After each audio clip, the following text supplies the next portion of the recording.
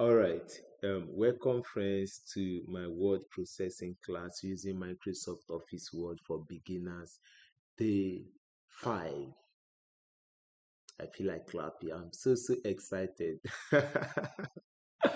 I'm so excited. At least we are able to finish day 1, day 2, day 3, day 4, and now we are in the 5th day, which is the final day of our beginners class. Yeah, I remember your facilitator, the joyous one, Sakawaka, spelled Sakawaka. Sakawaka is my name, and I'm very happy. I appreciate you for taking out of your resources, for taking out of your time to buy my course, to stream my content online. I appreciate you. You are special. You are the best student I can ever think of. I love you. And if I see you physically, I promise I will give you a good hug. So, yeah, let me proceed. Today, what are we doing today? What are we doing today? All right, we are looking at background under the page layout. We are looking at the background. In some versions, it is under page layout, but for us here in version 290 that I'm using, it's under design. Yes, so in version 207 it's under layout, but here they just split there. You know how Microsoft Office works. Always adding something, defragmenting, and just now. So it's under design, and we'll be looking at um, page background. Then later we will move on to layout, and then we'll look at spacing, indent and spacing. And after that, I can now say we are done with our beginners class. There are so many other things you can still learn in Microsoft Word, and these things you can learn from my intermediate class. And when you are done with my intermediate class, I beg you, please enroll for my advanced classes in becoming a professional user of Microsoft Office Word. Yeah. So under page background, let's start with watermark. What is watermark? Watermark are just background text or images added to your documents. Yes, that is my definition of watermark. Like here they say it's a ghost text. If you can see, it's a ghost text. So it kind of tally with what I defined earlier. So let's see samples of watermark.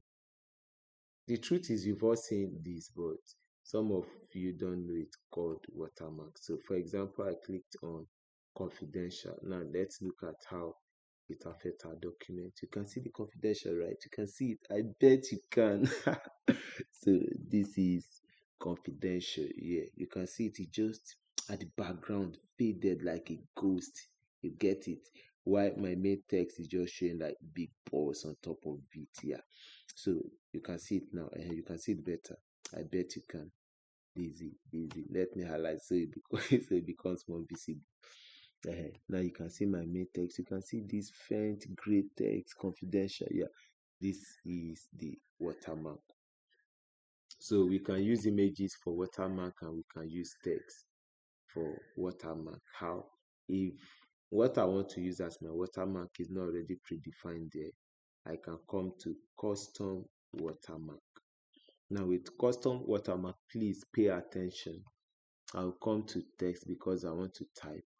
I can come here and let me say I want to use my name, Sakawaka, as the watermark. You understand now? So here I can choose the type of font I want. I can choose the kind of font I want. You can see it got its own reasoning. Yeah, it just on its own. Let me use this Algeria, or let me use area black. Yeah, I'm using area black.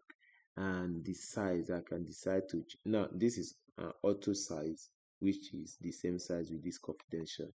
I can decide to choose my own font size.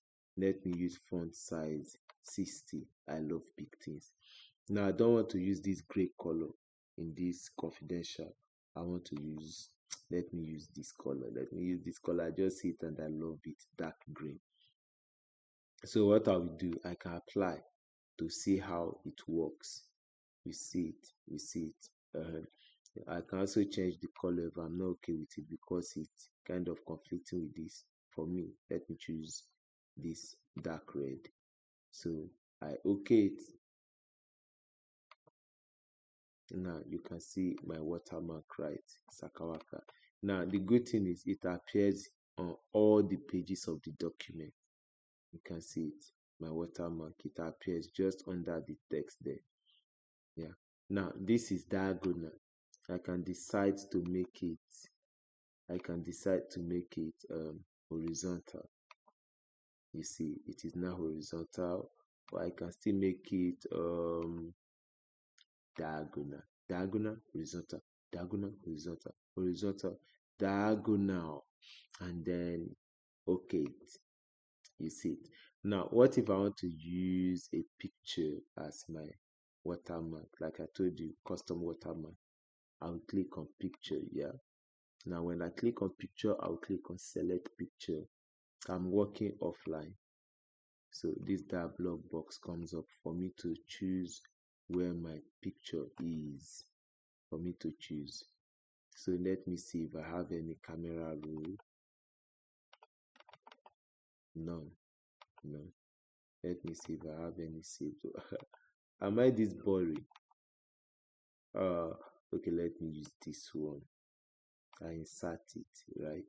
Now I've inserted it. I can decide. Let me apply the washout so you see how it works. Now you can see I've applied. Can you see it? Can you see it? Look closer to the screen. You see it now. I bet you can. You can. Okay, so so here now, this is my watermark. It's faded. I can decide to uncheck this washout. Now let's apply to see how it looks. Now you see it comes out with fuller color, but at the same time it's conflicting with the text, so the washout is better. The reason I'm using this now is so you know how the washout works. So I'm ticking it and then it becomes more faded. So depending on what I want, I can also choose this size. Let me say I want to make it 200% bigger. Apply it. You see, it has covered my screen. So should I use it? No, let me use 100%. Let me see how it goes. 100%. No, it's still covering. In fact, let me use auto. Yeah. Yeah, so that is it. That is how it works. Now you can see my watermark, right?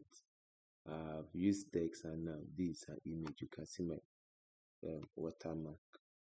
So what will happen if I don't want it? If I don't want it, I'll just come here, click on remove watermark, and it is gone.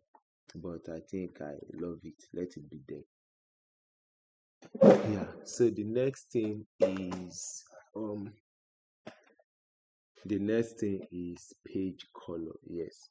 The next thing here is page color. So take note, page color only affects your work on the screen. It doesn't get printed. So any color you choose here, be aware that it's not going to get printed. So let me choose this for example. Now you have this, right? Now let's come here to print to see what I'm trying to tell you. The way your work looks at this, how it should be printed, and you see that that color from page color is not here. That is because it only affects your work on the screen. That is for page color. Let me look for something. Yes, let me use a better color that can work with my eyes. This is better. Let it be that we have a page color for the sake of this class. And then we have borders here. Page borders. Please pay attention. You are very important to me that I will not care. So I care. I care. I care about you. I care about your understanding of what I'm teaching. So if there's anything you do not understand, please hit me up. Tell me you do not understand. I will go out on my way to make sure you understand by explaining further and making sure to follow up so as to be sure that you understand the concept being taught. So here now, when you click on page borders, you have these borders and shading. What happens is you choose any style of line you want to use for your border. When you click on it, now apply to whole document, which means each page will carry this border, each page. But if I say okay, apply to first page only, for example, you see it will be applied to only the first page. Now I've chosen the style, choosing where to apply to. I can choose the color. I can choose the color. Let me choose this red. I can choose the width, which is the thickness. Let me choose 6 points, and then I'll okay it. You see the border, right? You see the border. Now let me try to reduce this zoom. Let me choose multiple pages. Now you see it is only applied to the first page here, right? So let me come here and click on the whole document. So you see the changes. Now you see it is applied there, here, and every other page of the document if there's any.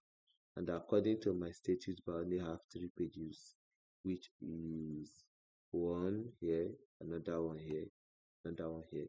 The 3 pages. Now I can also use border art. Yeah, I can also use border art if I don't want to use border lines. So from here, once I choose any border art of my choice, no, I don't like that one. Don't like it. Let me choose something, now that reflects me. So I'm choosing this one and I'm choosing the color. Not all of them will give you the option of choosing color. But if you see that the color this thing is active, you can always use it to get color. But if it is not, it means that the art you choose doesn't support change of color. So I okay it.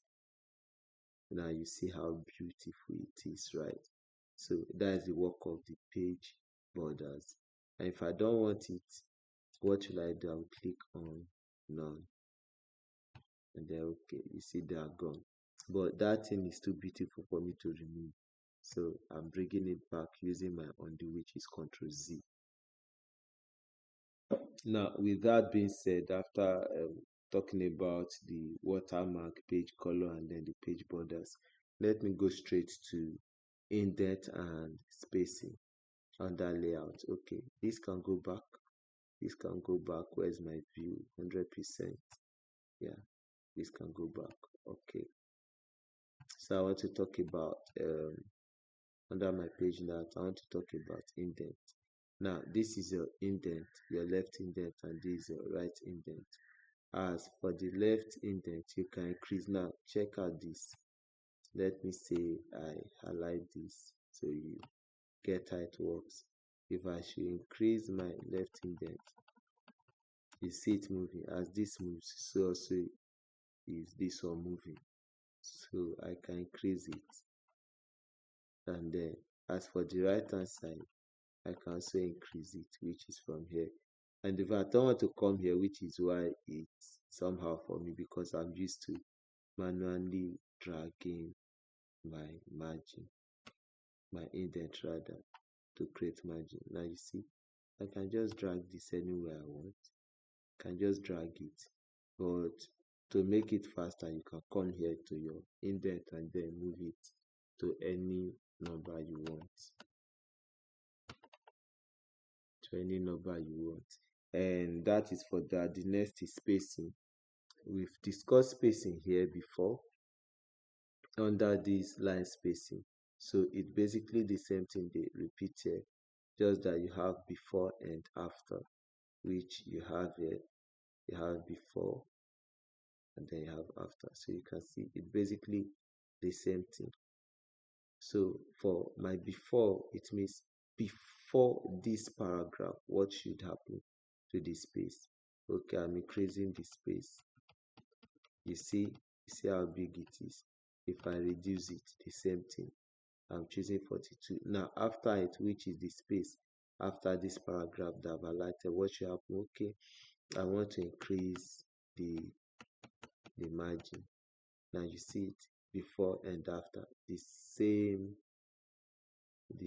line spacing, the same line space as you can see, before and after. I'm not talking of in between, before the paragraph and after the paragraph, and that's because we set them there under the spacing option in layout. And with this being said, I want to remind you that you are special, you're beautiful, you're handsome, you are the best version of yourself. Do not look down on yourself. Do not look down on yourself, and I value you. I appreciate you. I appreciate you. I love you. I love the fact that you consider me worthy to be your facilitator in your journey of becoming a professional Microsoft Office Word user. Continue telling your friends and family about this platform so they too can get to learn from the very best. Sakawaka. Okay, see you in the intermediate course. I expect to see every one of us who can continue from where we start. My vision is all must become better and improved user of Microsoft Office Word and every other course I teach online.